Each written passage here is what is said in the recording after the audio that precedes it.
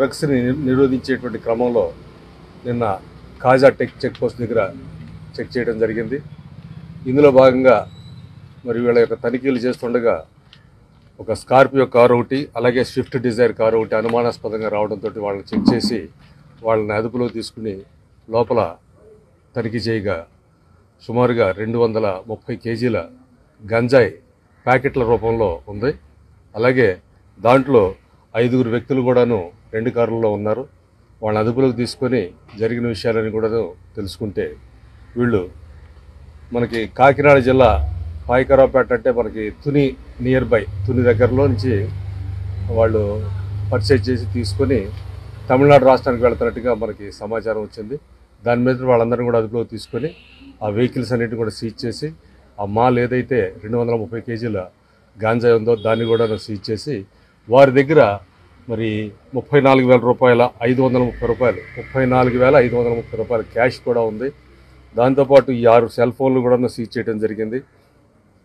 ఇవన్నీ కూడా వీళ్ళ ముద్దాయిలను అక్కడ పరిశీలించిన మీద వాళ్ళని అడిగితే మొదటి ముద్దాయి అమీర్ అని, అలాగే 2 కాలాయ్ ముదన్ అని, 3 షేక్ అబ్దుల్లా ఫారూక్, 4 కార్తికేయన్, 5 మల్లికార్జున్ ఇలా 5 కూడాను మరి తక్కువగా ఇక్కడ గంజాయిని కొని అధికంగా అక్కడ అమ్ముకోవడానికి గాను వాళ్ళు ఇదే మొదలుపెట్టారు. ఇంకా ఇంట్రాగేషన్ చేసి వాళ్ళ యొక్క పూర్వపరాలను కూడా తెలుసుకొని ఇంకా ముందు వీళ్ళు ఏమైతే ఇంతకుముందు ఏమైనా చేసి ఉన్నారో వాటి మీదను, అలాగే వీళ్ళకి ఎలా వచ్చింది, అలాగే దీన్ని ఎలా డిస్పోజ్ చేస్తున్నారు అనే దాని మీద కూడాను దర్యాప్తు కొనసాగుతూ ఉంది.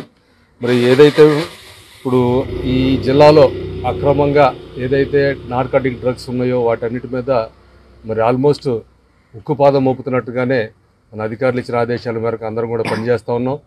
మరి ఈ మధ్యనే పరిశీలన చూసినట్టయితే మా సెబ్ నుంచి దరిదాపు ఒక 9 మంది దాకా అరెస్ట్ చేయడం, అలాగే ఇంకా కొంతమంది మీద నిఘా పెట్టడం, అలాగే కొంతమంది అప్పుడే కొత్తగా అలవాటు పడబోతున్నటువంటి స్టూడెంట్స్ ఎవరైతే కొంతమంది వచ్చారో మా దృష్టికి వాళ్ళని వాళ్ళ ఫ్యామిలీస్ని కూడా తీసుకొచ్చి మరి కౌన్సిలింగ్ చేయడం కూడా జరిగింది. మరి అందులో భాగంగా వాళ్ళ పేరెంట్స్ అందరం కూడా పిలిపించి వాళ్ళ సమక్షంలోనే ఆ పిల్లలకి తగిన బుద్ధి చెప్పించి కౌన్సిలింగ్, సరైన ట్రీట్మెంట్ కౌన్సిలింగ్ వాళ్ళకి అందేలా చేసి పేరెంట్స్ కూడాను అందుకు వాళ్ళు సహకరించి మాతోటి చాలా చక్కటి కౌన్సిలింగ్లో కూడా పార్టిసిపేట్ చేశారు. ఇది ఇక ముందు కూడా కొనసాగిస్తాం. మనకేంటంటే రాష్ట్రంలో ఎక్కడా కూడాను డ్రగ్స్ ఉండకూడదు అనేటువంటి ఆదేశాలు ప్రభుత్వం నుంచి రావడం, తదనుగుణంగా మా యొక్క ఆఫీసర్లు కూడాను మా సబ్ కమిషనర్ గారు అయితేనేమి, గుంటూరు జిల్లా ఎస్పీ గారు అయితేనేమి అందుకు తగ్గట్టుగానే మా టీమ్స్ అన్నీ కూడాను చాలా యాక్టివేట్గా పనిచేస్తూ ఉన్నాయి.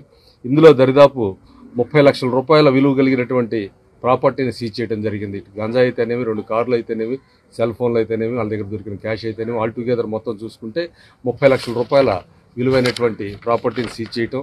ఇందులోనే మరి ఎవరెవరైతే ఈ టీముల్లో పార్టిసిపేట్ చేసి ఇందులో రైడ్లో ఉన్నారో ఆ స్పెషల్ టీంకి, అలాగే సెబ్ సిఐ గారికి, వీళ్ళందరూ కూడాను, వీళ్ళ యొక్క టీంలందరూ కూడాను మా యొక్క సబ్ కమిషనర్ గారు, అలాగే జిల్లా ఎస్పీ గారు, అలాగే మా మహేష్ రాజ్ గారు ఎస్పీ గారు అభినందించడం జరిగింది.